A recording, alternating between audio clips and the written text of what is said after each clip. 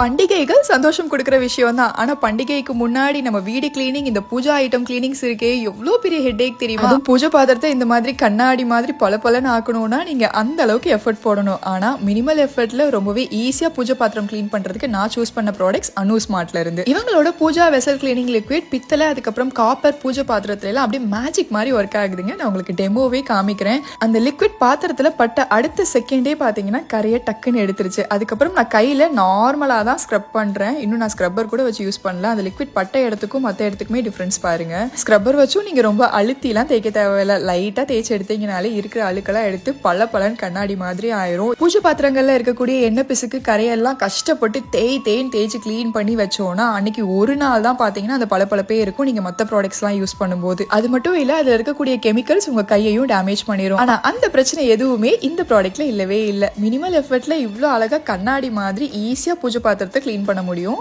அப்புறம் என்ன வெயிட்டிங்? ரொம்ப கஷ்டப்பட்டலாம். இனிமேல் பூஜை பாத்திரம் கிளீன் பண்ண வேணாம். வெப்சைட் அண்ட் வாட்ஸ்அப் டீடைல்ஸ் கொடுத்துருக்கேன். நீங்களும் ஆர்டர் பண்ணி யூஸ் பண்ணி பாருங்க. லிங்க் வேணும்னா லிங்க்னு கமெண்ட் பண்ணுங்க. உங்க டிஎம்கே வந்துரும்.